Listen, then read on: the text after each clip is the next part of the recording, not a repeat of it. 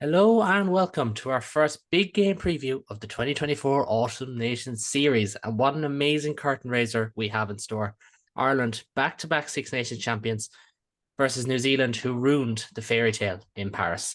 As the All Blacks return to Dublin seeking a first win there since 2016, they're up against an Irish side on a 19-game unbeaten home run.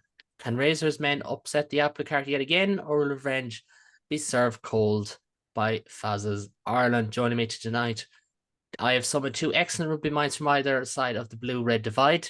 Not that one. We have Cian Willer and Ben Leahy back on with us. Gentlemen, you're very welcome on. It's been a great start to the rugby season, and I think that's as far as we can go when it comes to things that have happened before this weekend. Yeah, Yeah, if we can just skip the past 2 weeks, that would be ideal, please. uh, it's been prime time, I think is the only way to put it. But for those who are new to this, we'll do the teams, we'll run through how we see it going. And we will start with the Irish team, which was named earlier on today. Tadhg Furlong, the big name absentee, he is out with injury. There are returns for Hugo Keenan, Mack Hansen, Jemison Gibson Park, and Ian Henderson. The full 23 is as follows, and don't give out to me for going in 15 to 9, 1 to 8 order, because I know there's some people who would. So at fullback, we have Hugo Keenan with a back three of Mack Hansen and James Lowe on the wings. Gary Ringrose and Bundy Aki are once again at the centre pairing with Jemison Gibson Park and Munster's Jack Crowley at half back. It's a new look front row with Andrew Porter, Ronan Kelleher, and Finlay Bealham getting the start. Joe McCarthy and James Ryan are in the engine room with the all Leinster pairing.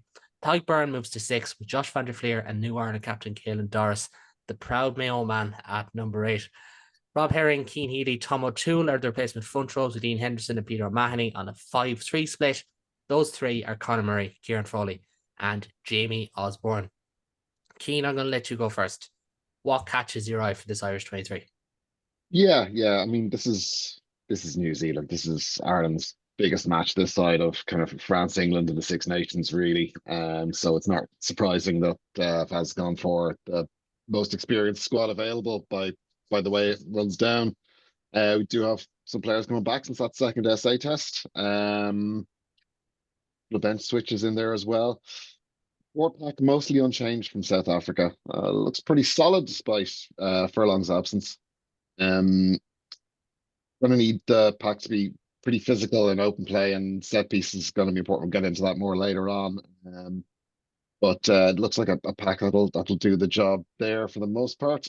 Pretty hard to argue that the backs probably aren't slightly improved by the initial side, regardless of how well backs did in South Africa, and they did.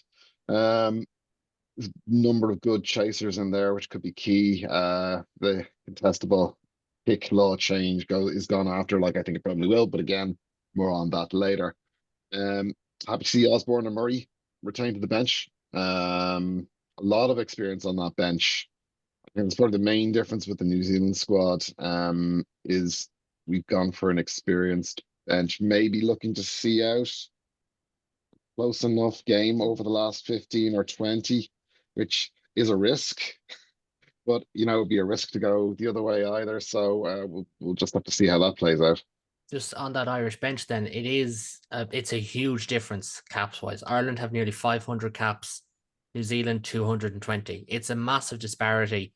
Granted, Ireland have what, 3 Centurions in there, and Ian Henderson who's on 80 caps. Obviously, that brings it up. But we will get on to New Zealand in a few minutes. They don't really have that kind of firepower. But on that, Keen, like you mentioned, Conor Murray's there. There's that the contestable kick law variation that's going on at the moment.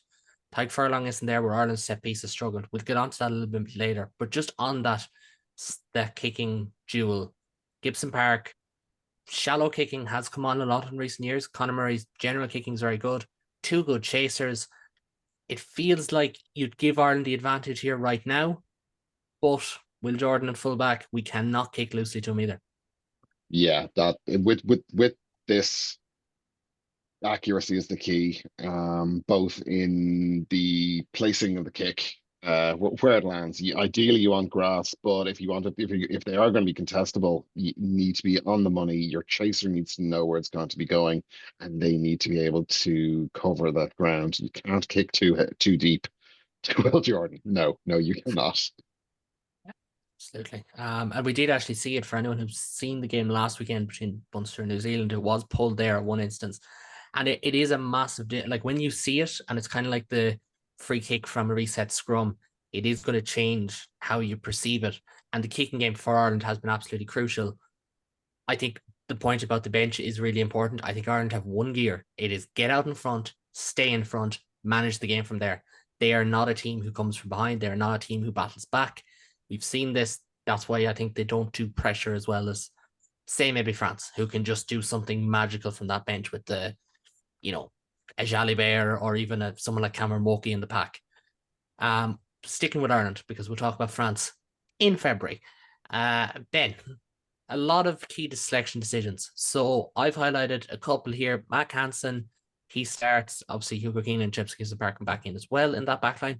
Ronan Kelleher is fit to play after just a half an hour of rugby. We have Finlay Bealham at prop. We've got Ty Byrne at 6. Which of them do you want to take from here?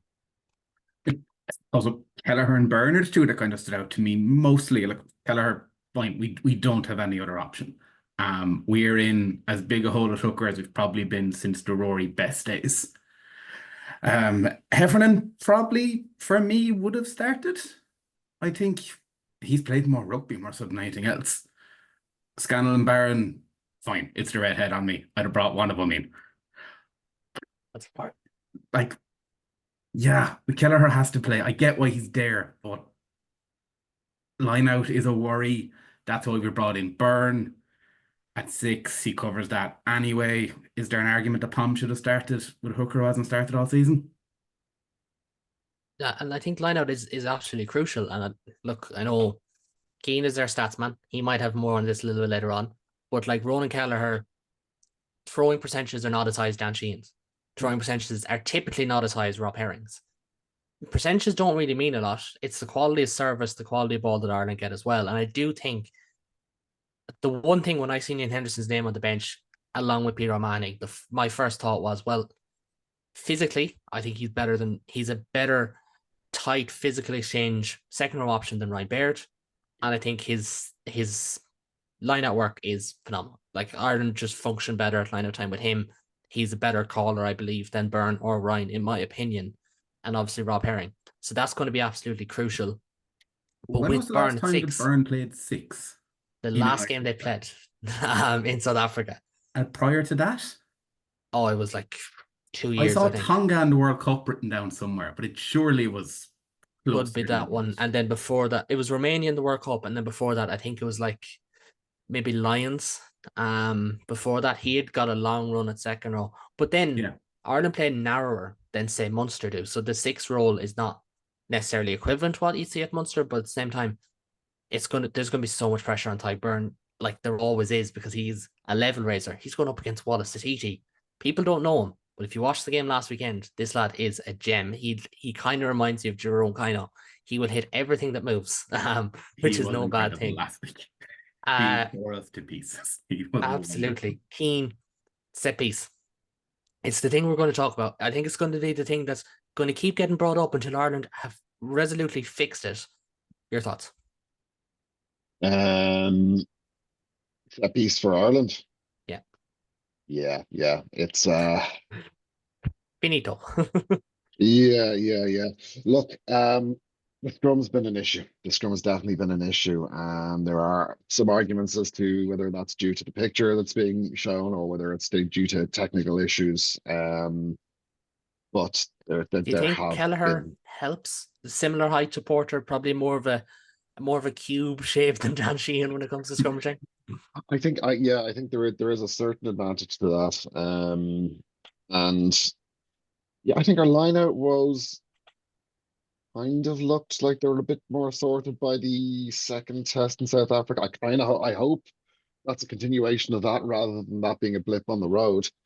Um, but yeah, going to have to really try and make sure everything's on point in scrum and line out against New Zealand, because that New Zealand scrum is kind of terrifying, even with absentees. like if Yeah. we're remotely off at the line out, Scott Barrett is going to take everything. He's going to play Kelleher all day long. If Test 1 comes back, we're neutral. Yeah, no, 100%. And I think like New Zealand caused massive, like we don't want to bring up last time these two sides played too often or any more than we have to, but it was a massive factor last time around. Ireland did not win. And as well as that, to use Keane's point, Ireland had a good day at line-out time the last time they played. Ireland had probably their best line-out performance against Scotland a week prior, came up against New Zealand. It was poor service. And that was the thing. It's not about how many line-outs you win. It's about the quality of service in a game like this. And you look at what New Zealand were able to do last week with less possession, less attack. Like, okay, I'm not saying they didn't have 60, 70. You don't need that. But less possession than they would have liked, less territory than they would have liked. And they were lethal. If we're coughing up line-out ball within Ireland's 10-metre line, I think there's going to be issues. I think that's the thing, because you see what Will Jordan did with that try that he scored, where there's literally just, he creates a 2-on-1. There's no 2-on-1 there. He creates a 2-on-1 by running a really sharp line off the shoulder of the scrum half, Ratima, who, again, we'll get on to these lads in a minute. I think it's a massive, massive factor.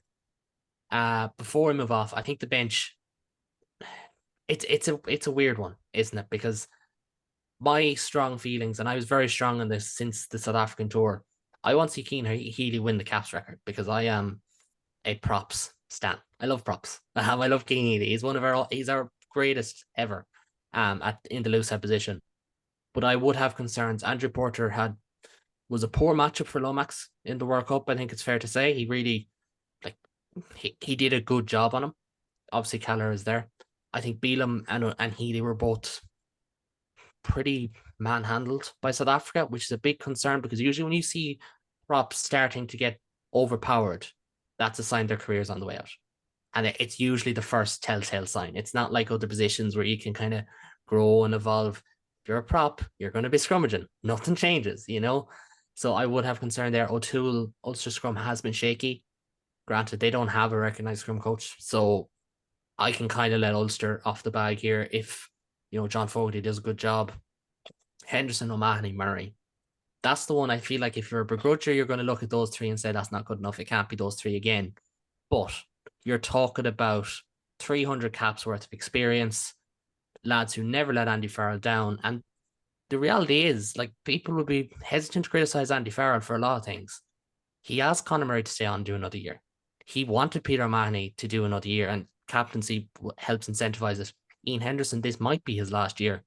These lads are still massively important for Ireland, and it's hard to make a case, I would argue, that the next man behind them, behind O'Mahony and behind Henderson in particular, is of the same level as them. Do one of you want to take that one? Not particularly. Okay, I'll pick on you. So Ben, you can take that one. Ian Henderson. I've written here, I'd possibly have Henderson starting. Yeah. I like Joe McCarthy. I think McCarthy coming off the bench against New Zealand with the power he brings would be wonderful. Put Henderson and Ryan together in that second row. You've power, you have an extra line-out option that you don't really have with Joe. Peter, look, what can you say about Peter? Peter has to be there. He's not going to start. He's being fed out of the squad. We know it has to be in that squad. Behind them, are we looking at Baird and possibly Kendellen?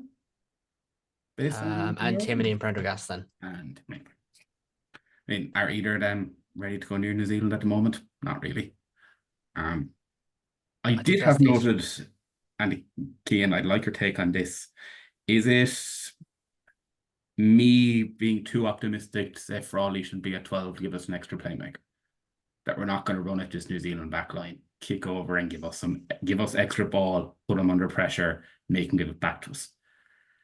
I like the idea, certainly. I think it is the way that we're probably going to move in the next 2 years. But I think this is too soon to throw him in there at 12 against New Zealand This is where it's Mac asking becomes a important. lot. It's asking a lot in terms of defense. It really is. Yeah. I mean, you see what they can do off the merest hint of a turnover or a gap in defense. Like if you're not entirely, and like I'm never saying Yes, I love Bundy. trust Actually, him, I like- love Bundy, but we love Bundy. I could see it. Yeah, I think the only thing I would say as a caveat to that is Kieran Frawley played fullback for Ireland briefly in Twickenham, and I wouldn't judge him off that because he did get injured, and it would be unfair for someone who gets a head injury to get judged. And against Wales, I don't think he's as settled in the second playmaker role for Ireland as he would be at Leinster, where he's done a lot of it. For Ireland, he's mainly been in as a 10. But I think having Mac Hansen back does change massively. I think I'd love to have seen Calvin Nash get another chance, because I think Calvin is a brilliant inside winger who could definitely hurt New Zealand in spots. But I think having an extra playmaker in Mac Hansen will help. We can use Bundy for compressions. We can use Caelan Doris in midfield. We can get Joe McCarthy carrying close to the ruck. But having Mac back in there, like, we haven't seen Mac Hansen start a game with Jack Rowley at 10 yet. And I feel like that'll give him a little bit more freedom, a little bit more help, a little bit more time on the ball and I've said this week on week on the United Rugby Rewind pod, James Gibson Park is Leinster's heartbeat. I expect him to be the exact same thing for Ireland. So I feel like attacking wise, Mac does make a difference there more than other players. But still, like, the point is still fair. Ireland can't continue to just pound the rock. I think the big mistake they made at Pretoria was they went into that game thinking, we are going to bully South Africa. We are going to get on top of them. We're going to stay on top of them. It doesn't tend to work, not at altitude. This one, I don't think they'll do it, but I am intrigued to see how Bundy versus Jordy Barrett goes. Leaving aside the whole Leinster angle at that, and they will meet later in the season, Jordy Barrett, Bundy Aki, that was a proper matchup last year. But on Barrett, we will move on to New Zealand in just a moment. But before we do move off, I'd like to remind everyone that if you do like what you see here, please do subscribe for unrivaled coverage of Ireland's Autumn Nation Series endeavours. If you can comment and leave a review, it helps massively. If you subscribe, you will get everything as it comes out. But also, as it's November, and I feel a little bit babyface compared to my two guests here tonight, but you can support my November campaign for mental health charities in Ireland, which is also linked below. Long way to go to get to where the lads are, although I feel like they cheated. I feel like they weren't clean shaven 6 days ago. Anyways, we'll move on to New Zealand. Their team was also named earlier today. They made 2 changes. Cody Taylor out, Bowden Barrett out. If there's 2 changes you don't want to be making, it's those 2. Barrett was excellent at the weekend for anyone who didn't see it. Once again, I'll go 15-9 because I can. This is my podcast. So at fullback, they've got Will Jordan, who we mentioned already. Mark Tulea and Caleb Clark are the 2 wingers. It is Jordy Barrett, soon to be Leinster, and never to be Leinster, Rico Ioane in the centre. Cortez Ratima and Damien McKenzie are the half-backs. The front row, Tamati Williams, Newman, Asafa Omua, and Tyra Lomax are the front row. Scott Barrett is the New Zealand captain. He's alongside Tupovai. And as we mentioned already, Wallace Satiti is at number 6, Sam Kane. And a man who needs no introduction at number 8, Artie Savea. Savea against Doris yet again is mouth-watering. We will get on to that in a few minutes. I can't believe we skipped over it already. George Bell, Ofatunga Fasi, Basilo Tosi as a replacement front row. Patrick Tuipulotu, who almost lost them the game last week, but thankfully didn't.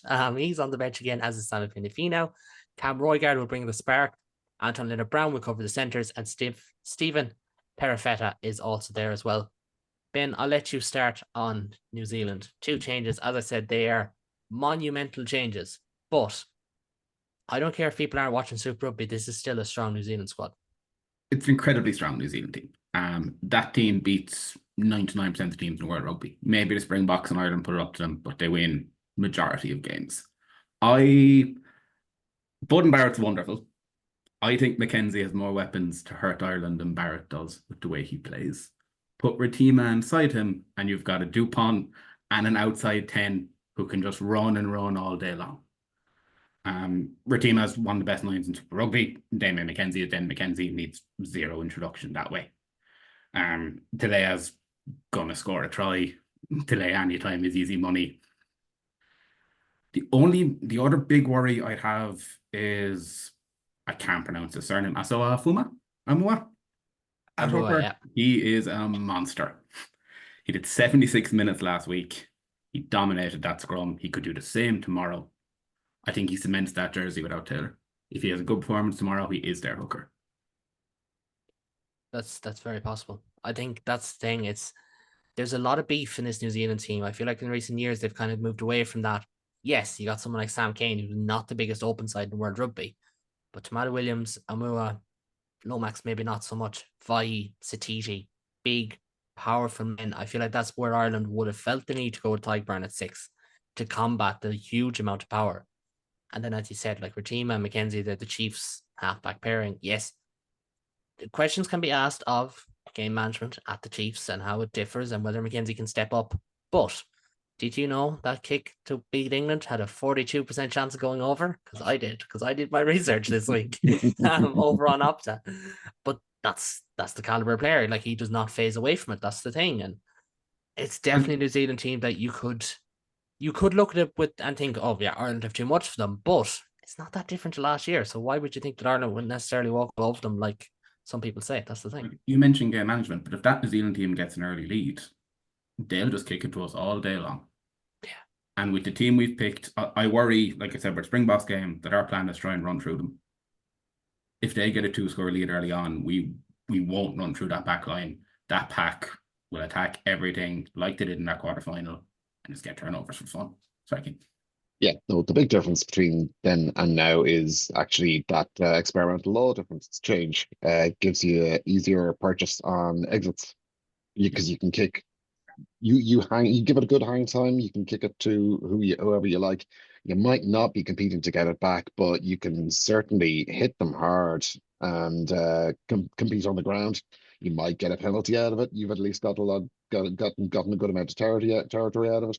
If your line comes up fast enough, puts enough pressure on them, they're going to have to kick out. And you know what?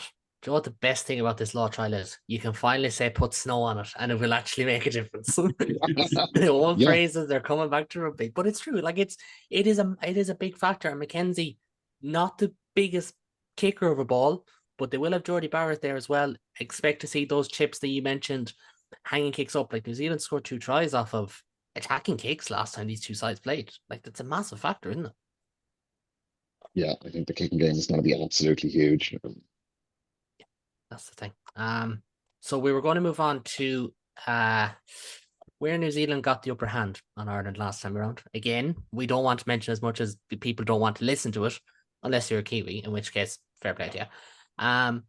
Keen strike moves were massive. New Zealand scored 2 tries off strike moves, 2 tries off of kicking game, as we mentioned. Set piece was crucial. It gave New Zealand the advantage in that first half last time around in particular. When you Absolutely look at did. what they have there in that back line for kind of the strike move side of things, and that front row or even tight 5, it's hard to say they're any weaker.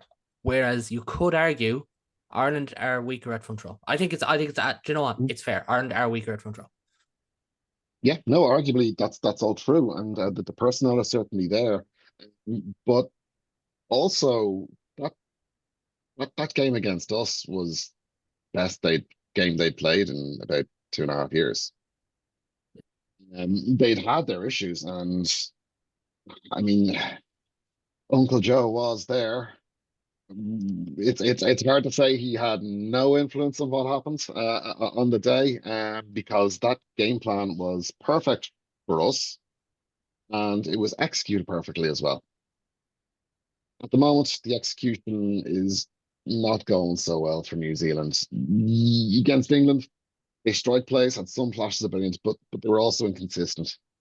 They managed to create space with offloads, good support lines, but there were moments where there was hesitations, like Will Jordan's stuttered break that led to a turnover. Um, Barrett mixed it up as he always did. Dummy exits and passes from deep in the 22. Highly ambitious, the usual stuff, trying to play out of it, but the execution wasn't always there across the full pitch. Can I ask you a question on that, Keen? And I'm really putting you on the spot here for the second time tonight. McKenzie, Barrett defend the backfield. They both played a lot of fullback. They're both very ambitious coming forward. If you are in Andy Farrell's shoes or Simon Easterby's shoes as defense coach, who would you rather be facing? Probably Mac. I think I agree. I think this is massive. I do think what we've seen from Barrett last week, I don't know if we've ever seen that from Jamie McKenzie in the 10 shirt. Yeah, this is the thing. And in the black 10 shirt. Yeah. Well, the Chiefs wear black as well. But yeah. Come on. That's semantics That's for just semantics' sake. that is just Been a cheating. long day, but you He know what? Fuck it. he's not really ever had that kind of full cementing performance in the 10 jersey. And looking at it from the other side, Dublin, Ireland is not a nice place to come to for an opposing team. Like got a really good record here, got a very strong team, ranked Crowd are one of the always world's on their feet. Not always in the necessarily feet. for the reasons you'd imagine, but they're always on their feet. All right, Jerry So Torbury. it's it's a tough one to go. Yeah, no, this is my game. This is where I cement it. Though it might be asking a bit much from. So yeah, Yeah, I think that's all very fair. We'll move on to predictions, but first, I do want to see where you think this game gets won and lost.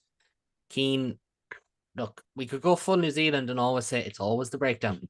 It's all you could go full provincial state of mind and say it's score more points than your opposition. But for you, where do you see Ireland winning or losing this game? Or both? um, for me, it comes down to. I mean, I've got discipline and penalty count. They had 11 penalties and a yellow against England. Defensive alignment and pressure, like they will break from anywhere and they will make you pay. I've got the breakdown in there as well. Honestly, the two most important things in my head are set piece, both of them. Both the traditional set pieces. Let's not start talking about new set pieces now. And the kicking game, specifically the contestable kicking game. It's those two. Their scrum is so good. We need to be crystal clear picture. Absolutely lay a tablecloth. We don't need to be looking for scrum penalties. We need to try and keep parity. Absolutely clean bib all the way through. Yes, sir. No, sir. Absolutely. There's my break foot. Because if they start getting a shove on in the scrum, it could be a very long day. But the backup to that then is the line out. It's hard to capitalize on a scrum if it's not in the right areas of the pitch, unless you've got a good line out. Their line out wasn't great against England. And They hasn't been had great all year. It's worth adding, yeah. 80% completion, which is really it's down there It's in terms of Munster international levels, but we rugby. won't get into I that. wasn't going to say it. I was being nice. It's fine. I said it's grand. So yeah, I mean, can you rely on them being down in 80% again this week? I don't know, but the throws last week weren't great. I don't know if you can always blame the hooker. I think it is unfair, but there were issues. Um, he's not always the best at the darts, so we'd be looking to maybe try and whatever is lost in the scrum make up in the line out, and certainly got the operators to do that. Starting and on the bench. So, and then yeah, the contestable kicking game. It's a new law, an experimental law. Even the refs aren't really sure how to implement it at the moment. They, just like access. Are we going to see it getting blown up? Are we going to see petchiness come of it? Are we going to see one side utilize it better than the other? I think it could be the winning and losing of the game is which side adapts to it. Both sides, both the kicking and the receiving, who adapts to it best. And we haven't even gotten into what it does to the field defenders, where you're receiving a kick deep, you have to have an extra man in. They're missing on the other side of the pitch. If you can get it back and crossfield kick it over to where there's space on the other side of the pitch, you could be walking it in. Yeah. And I think that's massive. I like the kicking game.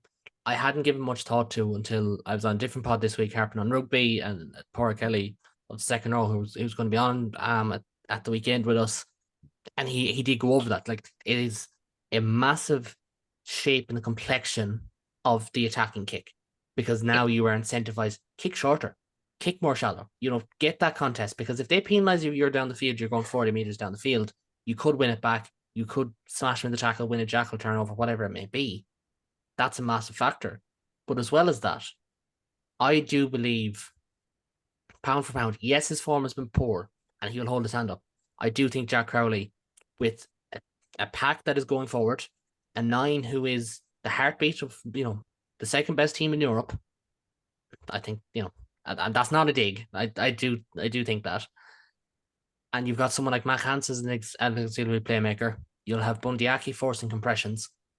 I think for 8, 9, 10, 12, 14, just because it's Mac, I think that's where Ireland are going to have a huge performance, because I think what we've seen from Ireland in Marseille and in the Aviva Stadium against Wales was a lot closer to what we know they can hit, as opposed to flashes in Twickenham and flashes. I suppose you can include Twickenham. It was defensively they were let down there. The attack actually did function.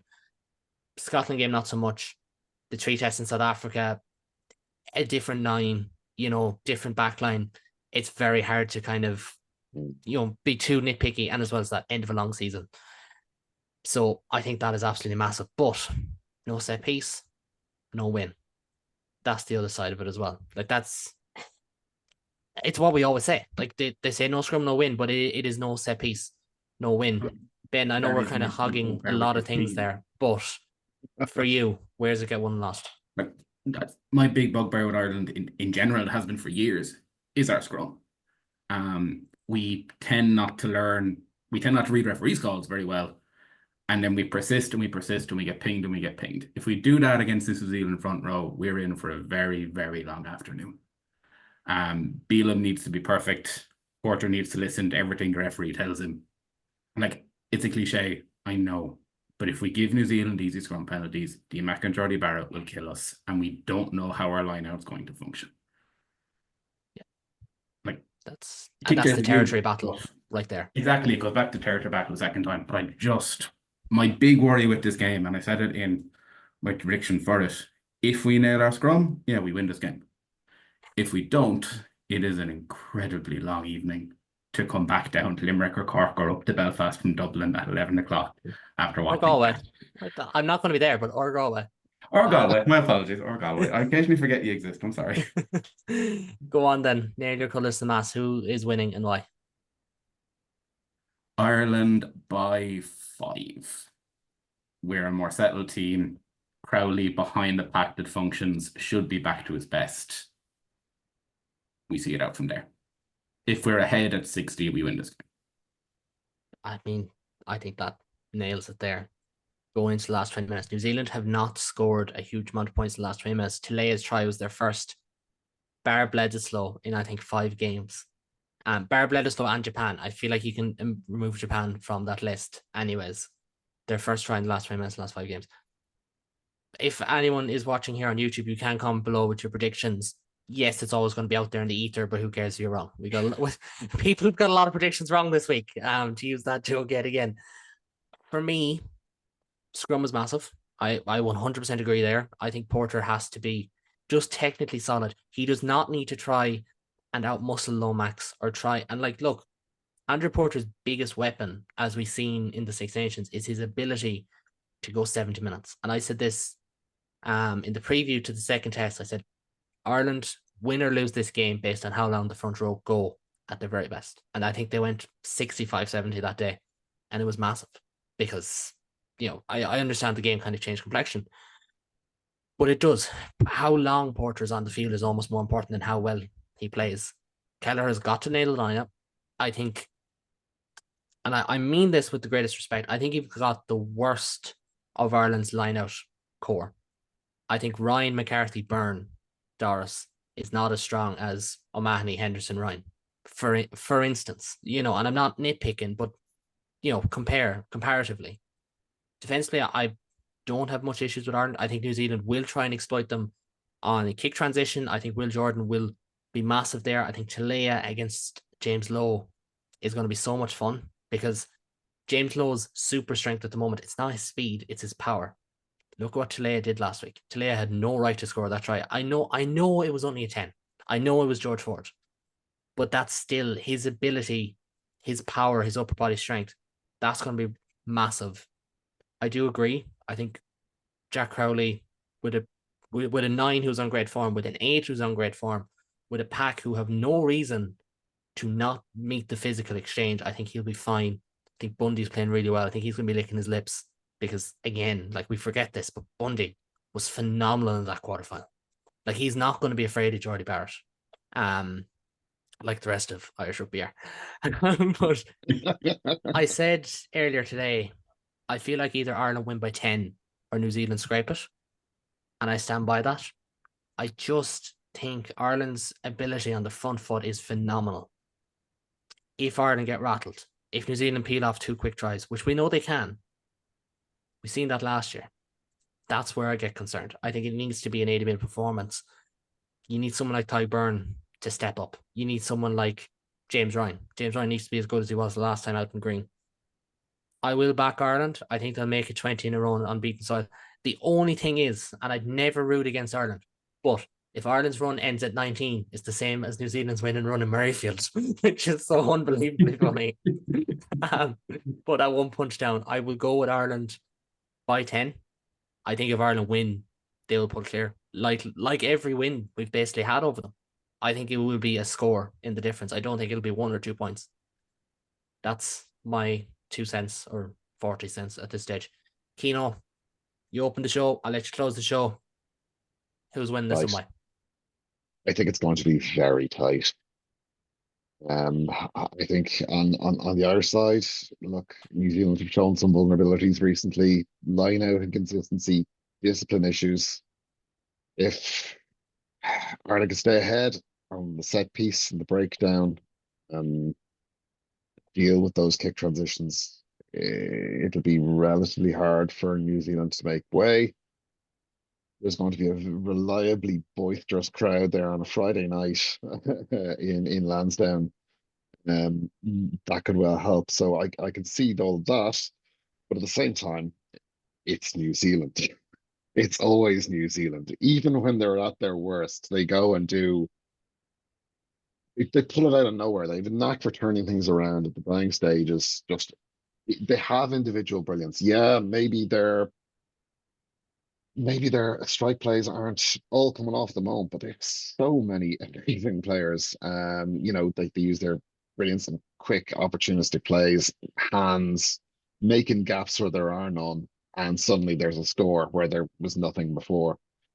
Um, I think it's going to be a moment of magic, one way or the other, and the final 15 is going to decide this game. I'm calling it for Ireland by 5. I'm just brought back to World Cup quarterfinal preview show on this channel where we all tipped Ireland. So I'm not going to tip New Zealand. Yeah, quick, someone back New Zealand. Maybe I should. Maybe that's the presenter's role. Like, right, lads, what if, look, we don't know. We haven't even mentioned, say, Ardy Sevilla for this one. I know Scott Barrett mentioned Sevilla against Doris.